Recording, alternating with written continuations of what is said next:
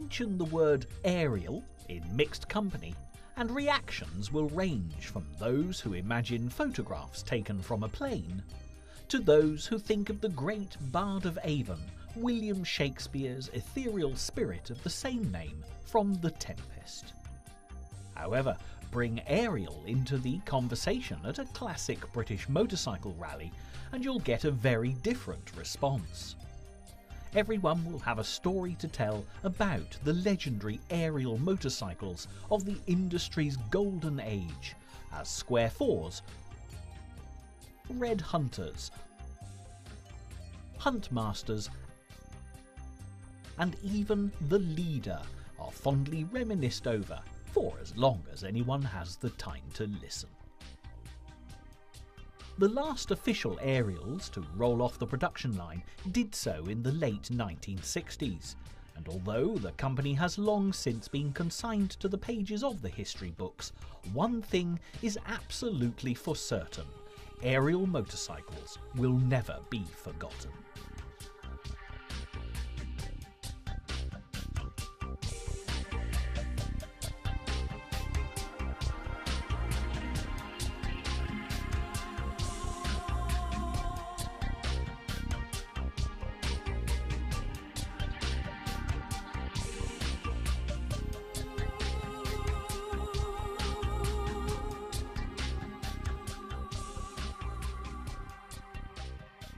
To begin at the beginning, this fascinating journey in search of the Ariel story takes us back more than a century in time, to the Birmingham Midlands, where the Industrial Revolution had transformed the once rural countryside into a manufacturing metropolis. Throughout Europe, towards the end of the 19th century, a new craze was bringing about one of the most important phases of social change the world has ever known. Today, the humble bicycle is definitely taken for granted, but when the first bicycles appeared in the 1870s, it revolutionised transport history. Far more economical than horses, people could not only travel to take advantage of more distant employment and educational opportunities, they could also ride their bicycles for sheer pleasure rather than purpose. In Victorian Britain, the spirit of the entrepreneur reigned supreme, and bicycle factories sprang up in abundance to service the new craze, particularly in the industrial heartland of the Midlands. Like so many of the great British motorcycle manufacturers, Ariel started life making bicycles. Founded by James Starley and William Hillman, who would later progress to four-wheeled transportation, the Ariel Bicycle Company, based in Birmingham's Selly Oak district, was bought by Cycle Components in 1898.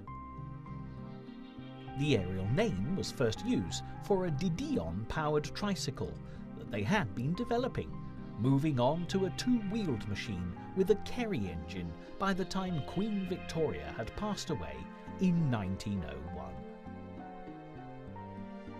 It was the dawn of a new era as Edward VII came to the British throne, and the staid respectability of Victorian England gave way to a freedom of spirit that the burgeoning motorcycle industry typified. This 1909 Triumph Roadster is an early example of the type of motorcycle that was in production, and at Ariel, progress was equally as rapid. Charles Sangster, a fine engineer in his own right, bought Ariel and transformed it into a family concern. But as the years of the new century passed, the threat of World War increased. For all of the British motorcycle manufacturers, World War I in 1914 called a halt to the proceedings. BSA, the Birmingham Small Arms Company, had started out manufacturing weapons for the Crimean War, and as well as returning to the production of ordnance for the war effort, they also made military machines. Triumph did the same as did Ariel, and as armistice was called on the 11th hour, of the 11th day of the 11th month, 1918, they had certainly done their bit for king and country. Some of the biggest pre-World War I British motorcycle manufacturers failed to secure military contracts, and Rex, who were known as the King of Motorcycles, numbered amongst them. The company struggled to survive in the post-war years, and in the 1930s production ceased and this great British motorcycle mark was lost forever.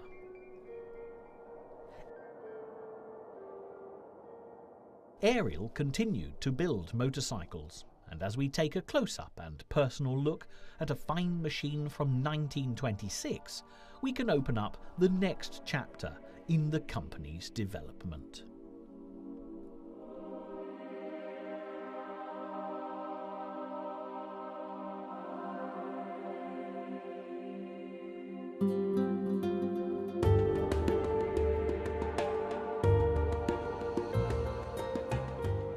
In 1925, Ariel recruited an inspired young designer by the name of Val Page, who had previously been very successful with JAP.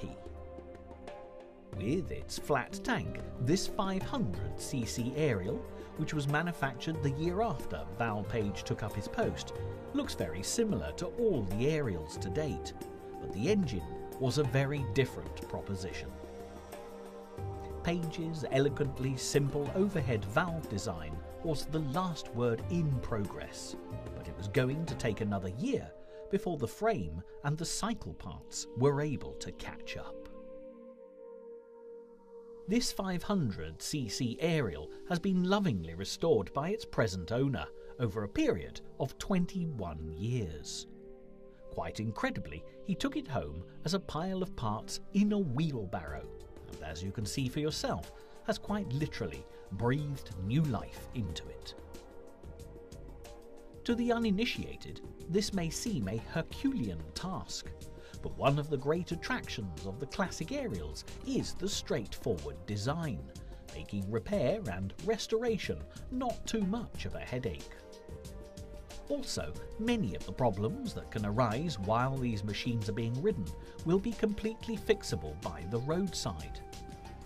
It's a theory that this 1926 Ariel is a testament to, as it has just completed a charity run to Berlin without so much as a cough or splutter, proving that Val Page's innovative design not only served the motorcyclist of the 1920s, but has also stood the test of time.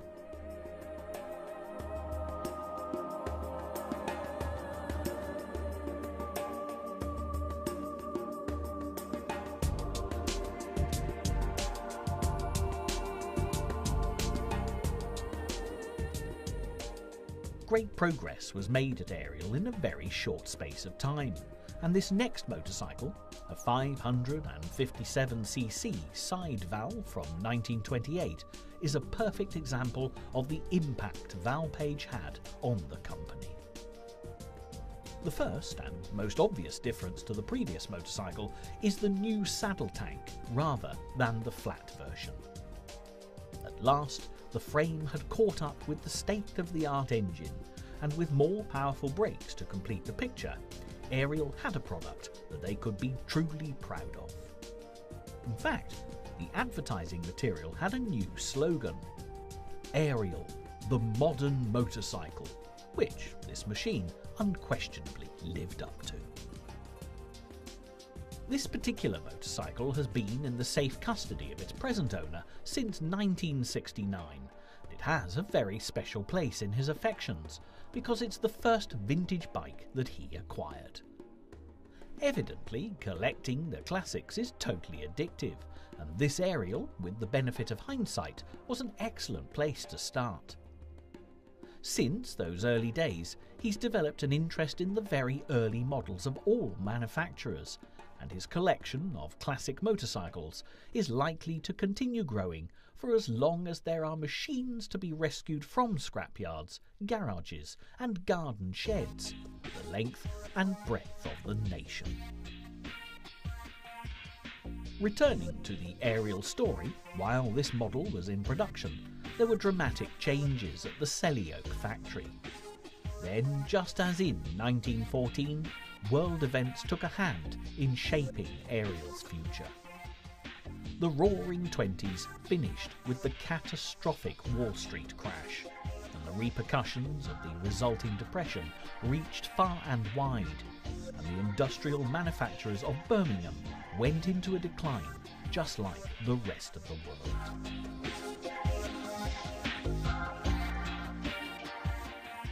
The Sangster family firm at Ariel had a fine new leader in Jack, son of Charles, who had bought the company back in 1902.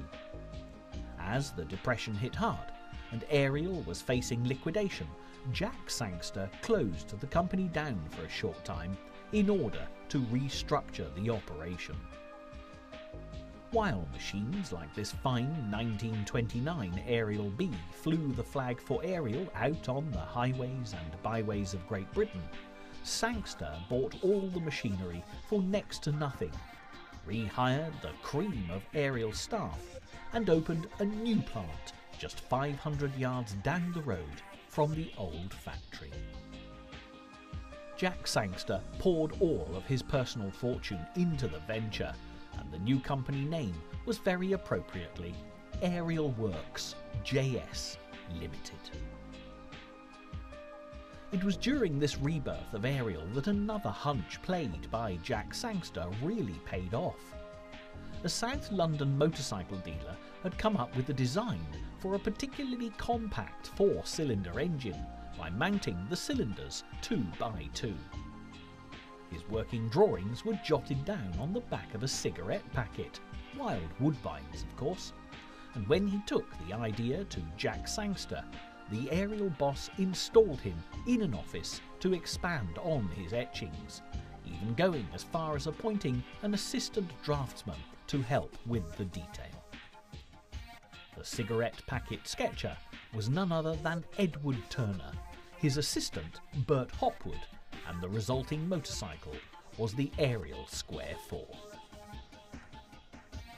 Having the legacy of Val Page's earlier designs combined with the talent of Edward Turner and Bert Hopwood, the new restructured Ariel rose phoenix-like from the ashes of the Depression. The next motorcycle we are featuring is a 1932 500cc Red Hunter, and is a perfect example of the new generation of Ariel machines.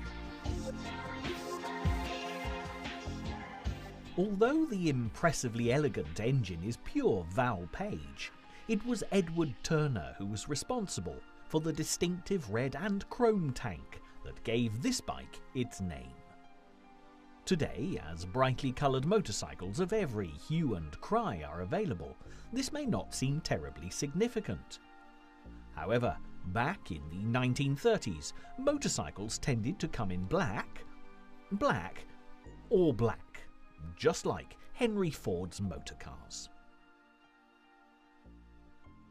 This 500cc Red Hunter was definitely top of the range, along with the 250cc and 350cc versions. In the model you're looking at, there were two pistons. The 7:1 ratio piston was for road use, giving 28 brake horsepower, while the alternative high compression piston was for racing, giving the Red Hunter a maximum speed in excess of 90 miles per hour. When it came to trials and scrambles, the Red Hunter was undoubtedly in a class of its own, and building upon this success, special trials versions of the Red Hunter were built with higher ground clearance frames. In a short time span, thanks to the Square 4s and the Red Hunters, Jack Sangster's efforts were rewarded, and when this advertisement was drafted in 1935, Ariel was a market force to be reckoned with. The 500cc Red Hunter, acclaimed by all as being the outstanding sports machine of 1934, is better than ever for 1935. Capable of being tuned to speeds exceeding 100 miles per hour, it places no limit to the scope of the enthusiastic tuner and rider. The new long-stroke engine is now offered with a twin port head or with a single port head without extra charge. The fins, which in conjunction with the improved finning of the nickel-chrome iron cylinder barrel, give increased conductivity and longer wear. The massive crankcase and flywheel assembly are designed to withstand still higher maximum speeds and inertia loads. But just as Ariel was getting back into the swing of things, the storm clouds of war were gathering over Europe as Adolf Hitler became an ever-increasing menace. When Neville Chamberlain announced to the nation on that fateful September Sunday morning in 1939 that Britain was at war with Germany, the motorcycle manufacturers of the Midlands were ready and waiting with machines for the war effort. What we are looking at here is an Ariel W/NG 350cc that was, in effect, a detuned Red Hunter fitted into an Ariel Trials frame. But the story of this machine began some 4 years before the outbreak of World War II. In 1935, the British War Office, ever watchful of German aggression in Europe, held a series of tests to select the most suitable civilian motorcycles for military use in the event of war. The assessment took 6 months and included a 10,000-mile test in street and off-road conditions. There was a 5,000-mile checkup and a full stripped-down inspection at the conclusion, and 7 manufacturers, Ariel, BSA, Matchless, New Imperial, Norton, Royal Enfield, and Triumph participated in the proceedings. Unfortunately, the model of Ariel that was tested was due to be replaced, and although it did extremely well in cross-country conditions, the War Office dropped it from the testing. In 1936, Ariel attempted to interest the War Office in the 600cc and 1000cc square fours, but both were rejected due to excessive weight. A month before war broke out, Ariel offered a 497cc overhead valve and a side valve of the same engine capacity to be evaluated against the War Office's Norton 16H, but it was a new prototype, the W/NG, that came out in 1940, which proved to be the best of the bunch. Nevertheless, the War Office was far from impressed with this 350cc overhead valve single based on a winning trials bike, describing it as merely fair for use only in emergency purposes. Ironically, the French government immediately placed an order, and it was events in that nation's port of Dunkirk in 1940 that changed the British War Office's thinking.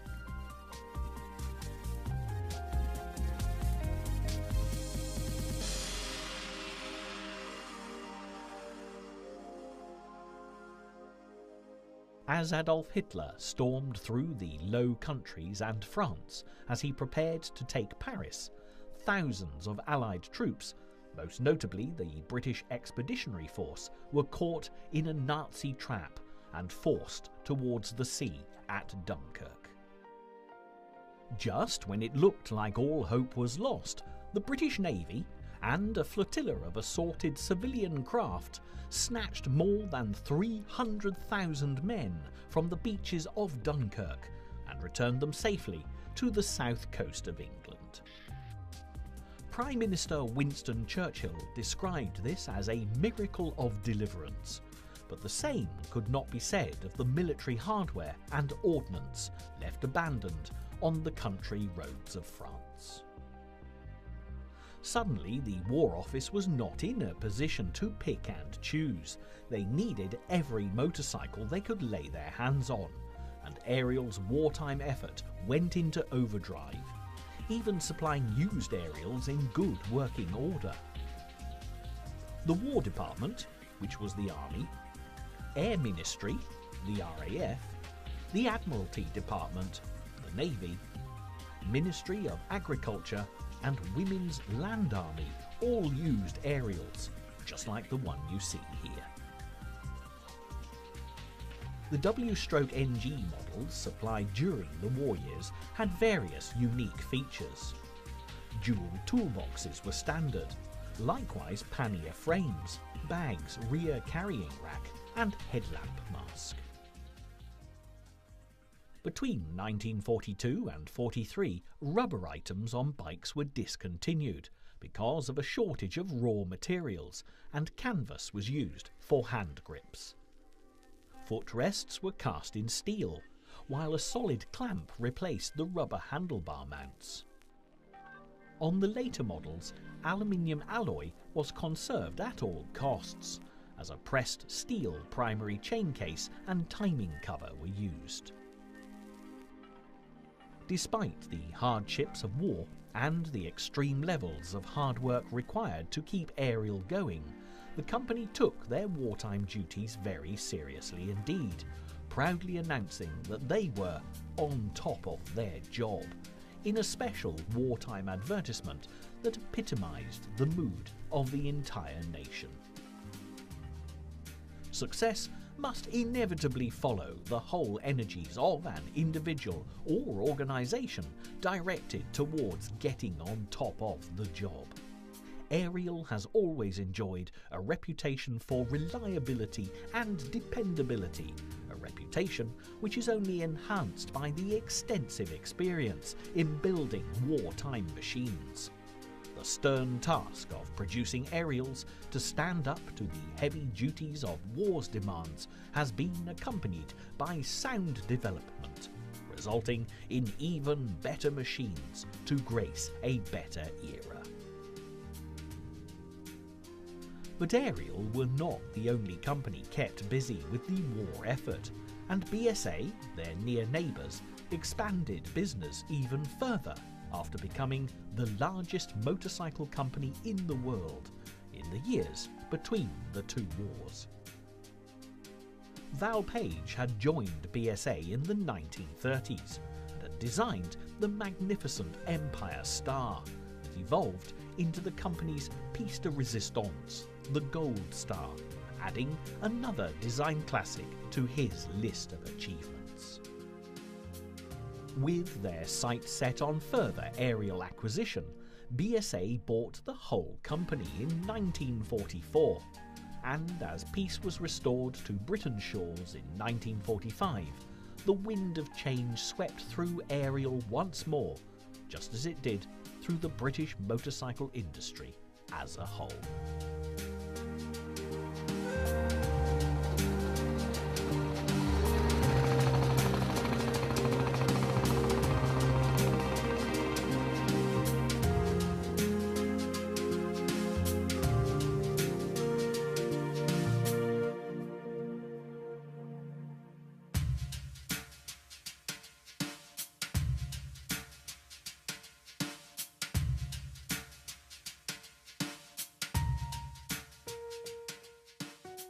Fortunately for all concerned, BSA continued to produce Ariel machines in their own right, and quite naturally, as civilian production restarted, the pre-war Ariel models were again available. There were 350 and 500cc machines on offer, either in deluxe or Red Hunter livery, alongside a 600cc side valve sidecar model and the 1000cc Square 4. This is a 1946 500cc Red Hunter that was extremely popular as the people of Britain attempted to rebuild their lives. Interestingly, the main difference between this Red Hunter and the pre-war model was the addition of telescopic front forks from 1946 onwards, a design feature that was indeed used throughout the BSA range as well, right through to the late 1960s. Stepping back in time to post-World War II Britain, the lucky first owner of this Ariel would have needed in the region of £150 to purchase a Red Hunter straight off the production line. The publicity information claimed great things for the 1946 Red Hunter, including a top speed in excess of 85 miles per hour. However, just because the war was over, rationing didn't immediately stop. For a while, things were worse than they had been during the conflict. Petrol actually stayed on ration until 1950, so fuel consumption was pretty important to the motorist, whether on 2 wheels or 4, and the Red Hunter could be as economical as the next bike.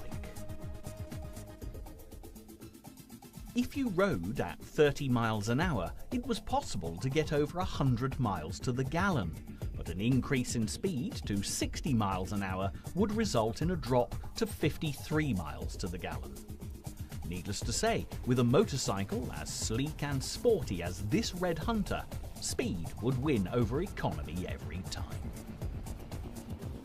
A very important part of the British motorcycle industry concentrated on competition machines, and works riders vied for the top places in road races like the Isle of Man TT, as well as time trials, scrambling, and even sidecar racing.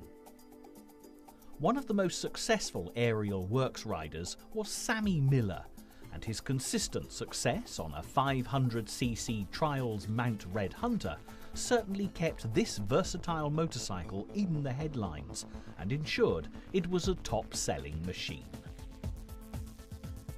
The Red Hunter was in production for an incredible number of years, from our first example of 1932 until 1959, spanning one of the most significant periods in British history. There were few modifications made over the years, which can only mean that mechanical problems were minimal and the bike continued to be popular with the general public. To keep in step with developing trends, however, as we've already seen, telescopic forks were incorporated into the design, as was total valve gear enclosure.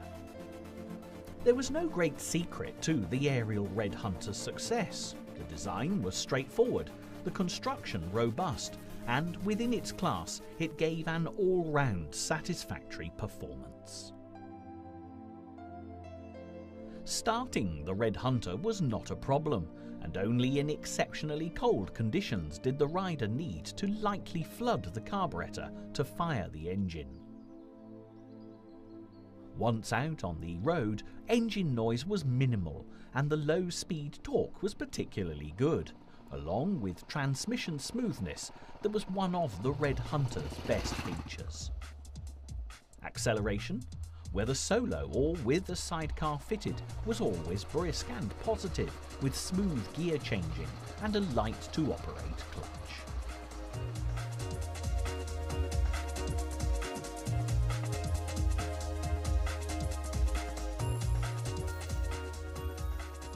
The riding position is not only extremely comfortable, but well designed to give the rider maximum control, whether at full speed on a dual carriageway or a steady crawl through a traffic jam. Over 3 decades, the Red Hunter proved hugely popular, and as the parent company BSA made staggering profits, the Ariel name continued to thrill a whole new generation of motorcyclists as rock and roll, Hollywood, and James Dean turned everyday two-wheeled transport into the cool, chic freedom symbol of the 1950s.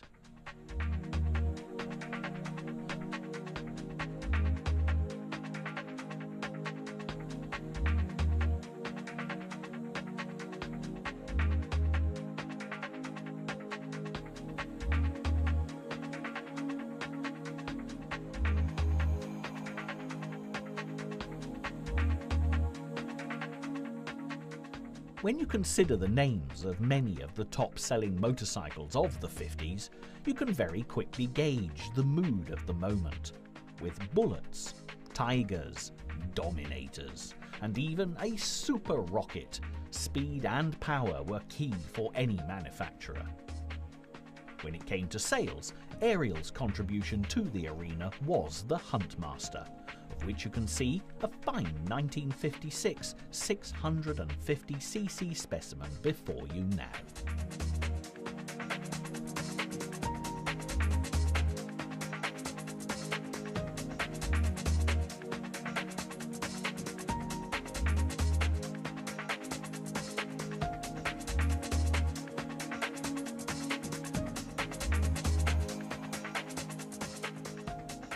These were exciting times.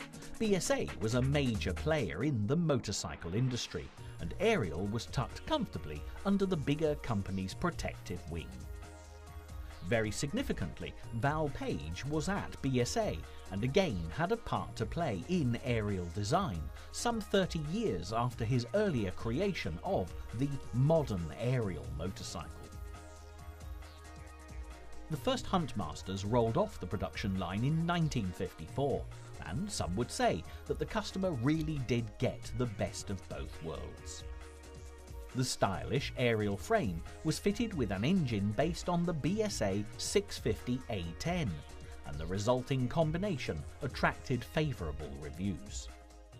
The Motorcycle magazine had not been able to road test the Huntmaster in auspicious circumstances, but they nevertheless substantiated Ariel's claim that this machine could reach speeds in excess of 100 miles an hour. It was psychologically crucial to the 1950s biker to be able to achieve this landmark speed, and the reviewer reported the following result. Under poor conditions and the rider wearing bulky clothing, a speed of 96 miles per hour was reached. Evidently, this was enough, and the Huntmaster, with its sleek good look, sold well, and what's more, as this 1956 model testifies, is more than capable of standing the test of time.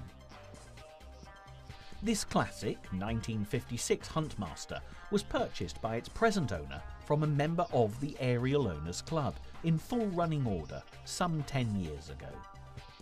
The 650cc engine has actually been modified, and a Huntmaster of 1954 vintage supplied the tank and mudguards. The Ariel Owners Motorcycle Club is one of the best of the classic motorcycle groups, and its history dates back to the era of the Huntmaster. In the same year that the Ariel Huntmaster made its debut, an American band known as Bill Haley and the Comets recorded a catchy little number called Rock Around the Clock. It was the birth of rock and roll and the advent of the teenager, much to the horror of the older generation, who considered such goings-on a threat to the fabric of society. Radio stations were banned from playing rock and roll, but a relatively new phenomenon benefited greatly from this embargo. As the post-World War II road network in Great Britain improved, transport cafes began to appear at strategic points on busy roads. For the motorcyclists of the 1950s, predominantly young men inspired by the shock of the new, the transport cafes were great places to meet up, especially as they were equipped with jukeboxes that played rock and roll. Many motorcycle organisations began life in these transport cafes, and the Ariel Owners Motorcycle Club, being no exception, was formed in the world-famous Ace Cafe on London's North Circular at 3 p.m.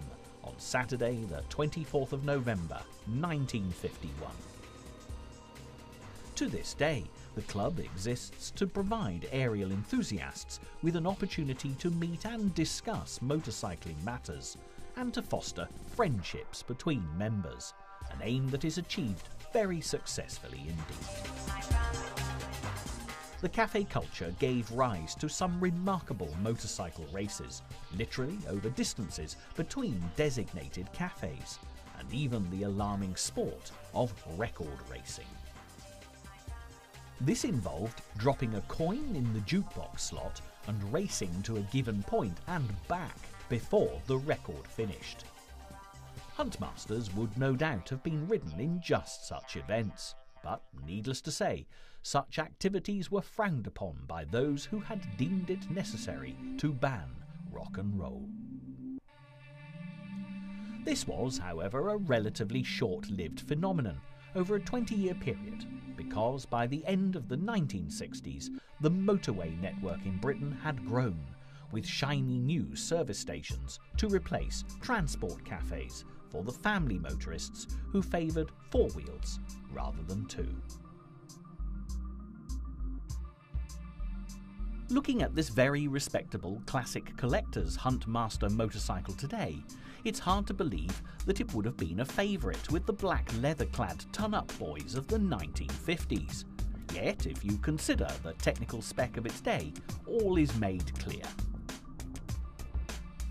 The 650cc engine was of the overhead valve variety, with cast iron cylinders and head.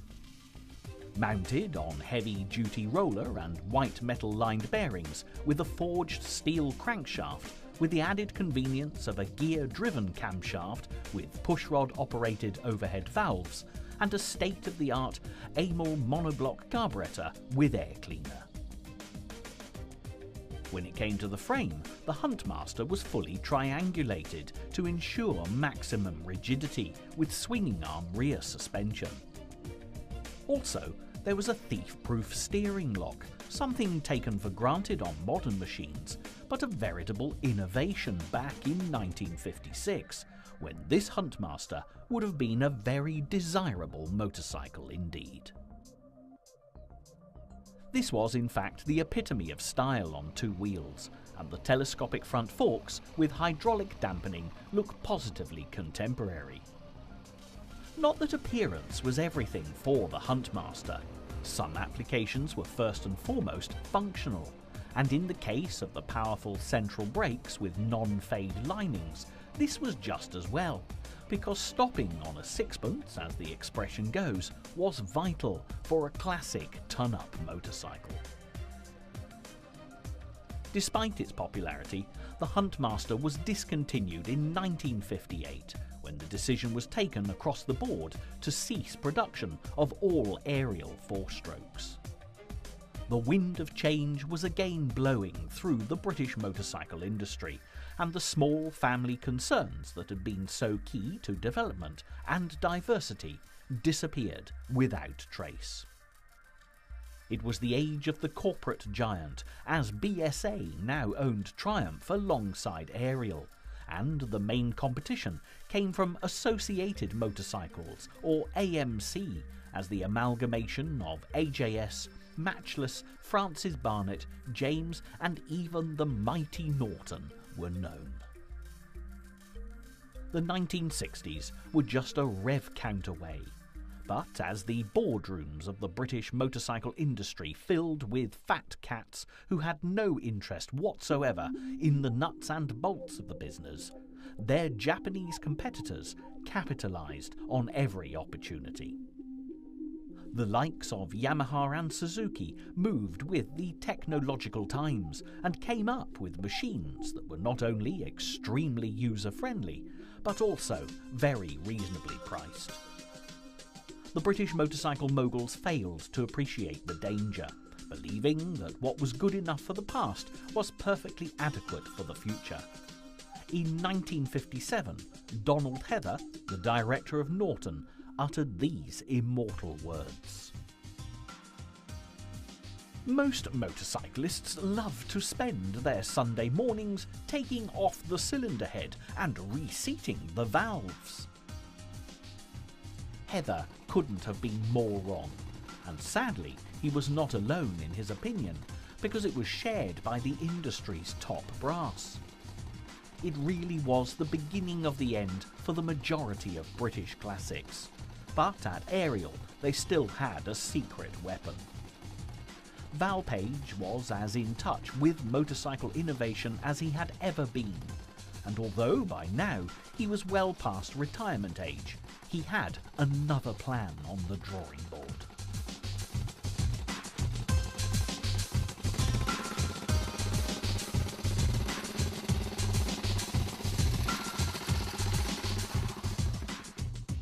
When Val Page and the design team were allocated the brief for the motorcycle that will become the Leader, it said that they were given a completely free hand to produce an ultra-modern machine with built-in weather protection using a two-stroke 250cc engine.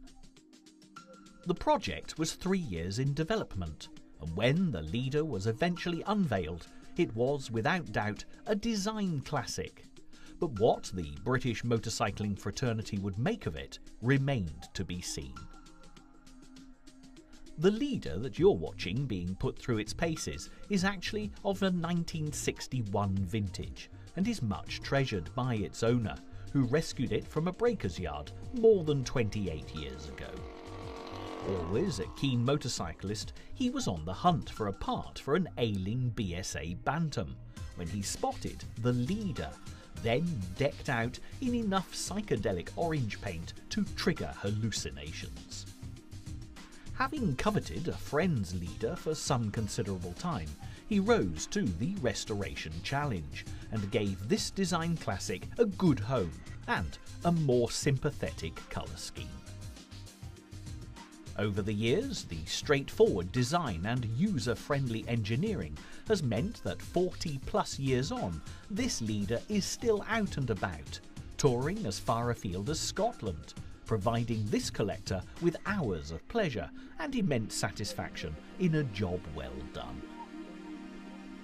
To create the Leader, Ariel used steel pressings, basing the design upon a rigid boxed beam from which the engine unit was suspended at 2 points, with a rear engine mounting also acting as a pivot for the rear fork.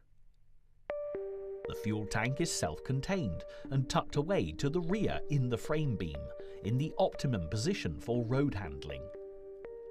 To fuel it up, the dual seat lifts to reveal the filler cap, and ingeniously, the pressed dummy petrol tank between the rider's knees is actually a very roomy luggage compartment. Further pressings included leg shields, headlamp cowl and tail unit. To complete the design, detachable side panels kept the engine and gearbox unit completely hidden from view.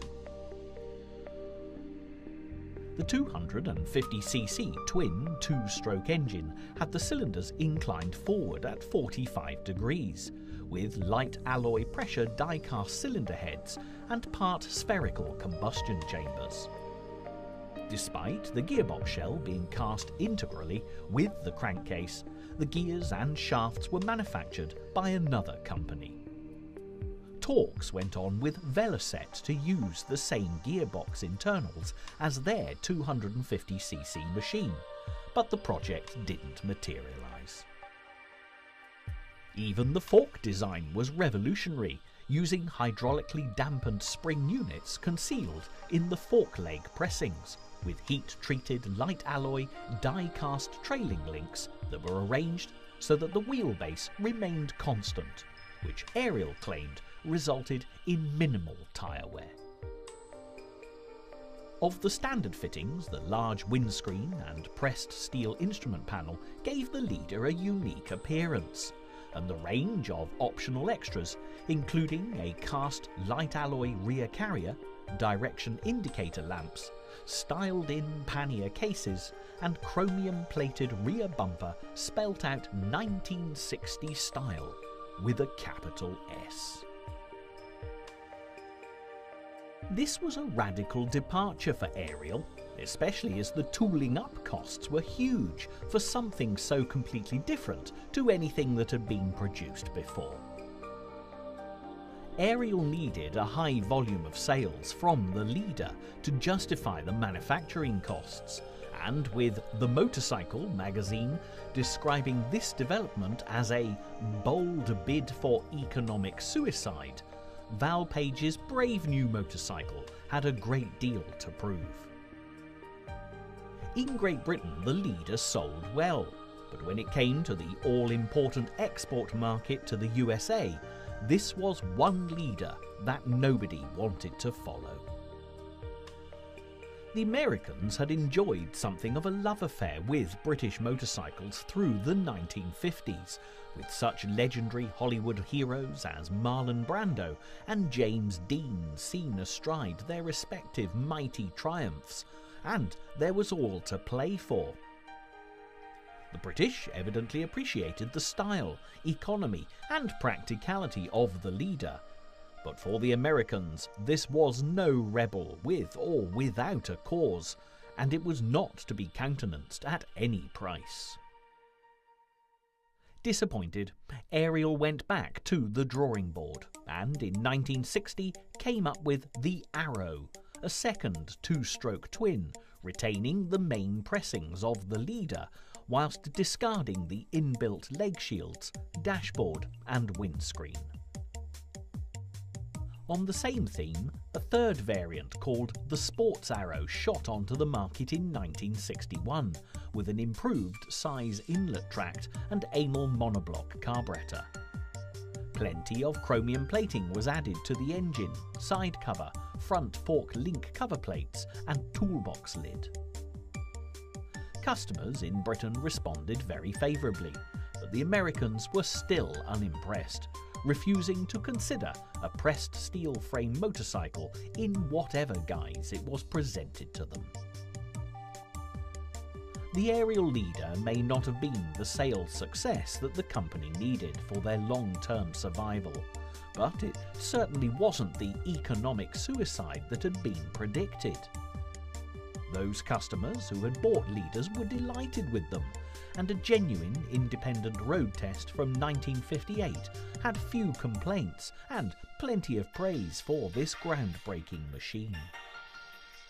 On long journeys, it was found that the incredible luggage capacity was very useful, and the weather protection meant that normal clothing could be worn rather than bulky motorcycle gear, which was particularly good for those using the Leader for the commute to work. Both riders and passengers singled out the deeply padded dual seat for special praise, and the riding position was deemed to be very comfortable. Despite the practical attributes of the Leader, the performance was anything but dull, with a top speed in excess of 70 miles per hour, and for those who purchased the later Arrow, it could certainly fly. Tuned versions of the Arrow soon appeared on the home racing circuits and in the famous Isle of Man TT races, producing some of the best results by a British manufacturer in the 250cc class for many years. The Leader proved to be Val Page's final design in production at Ariel, because although he was engaged to work on a Super Ariel with a straight 4 engine to target an army contract, the project was abandoned. The government of the day ordered a massive cutback in military spending as Britain settled comfortably into peacetime, and Val Page finally settled into a well-earned retirement.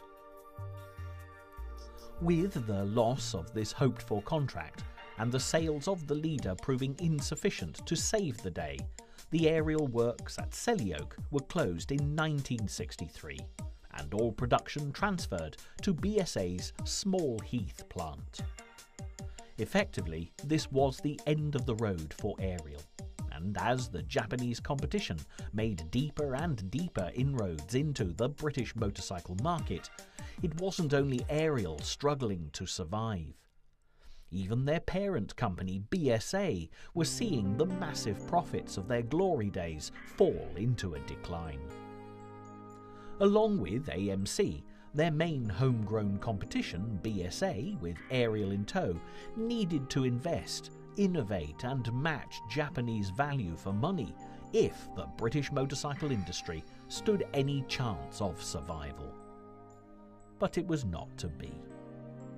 The boardrooms were packed with greedy shareholders and entrepreneurs who had no interest in or understanding of the glorious motorcycle heritage they were destroying.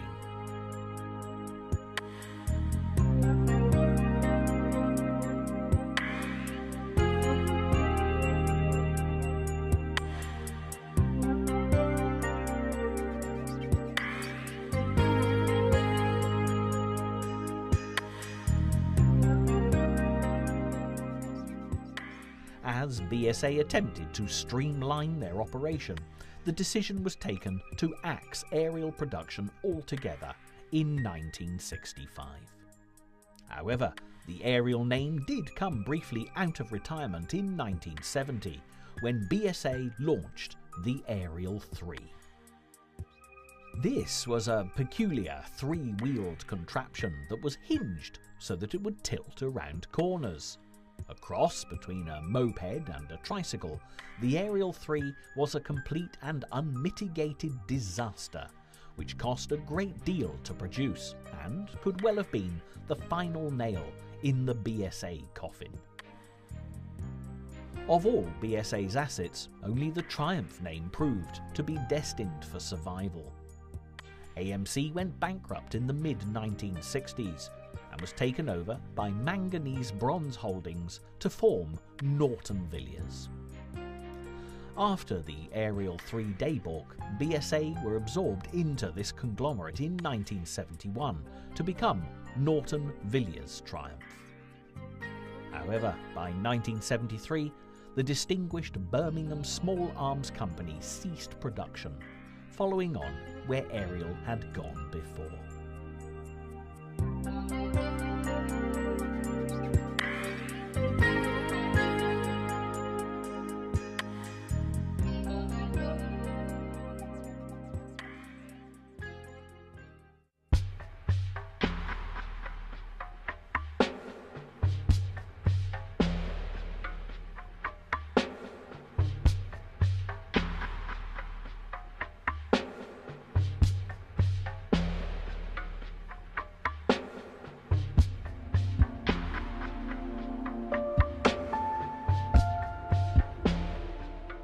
Yet, as this programme draws to a close, and it sounds like nothing but doom and gloom, it's worth remembering that a thing of beauty is a joy forever. And in the case of classic Ariel motorcycles, never a truer word was spoken.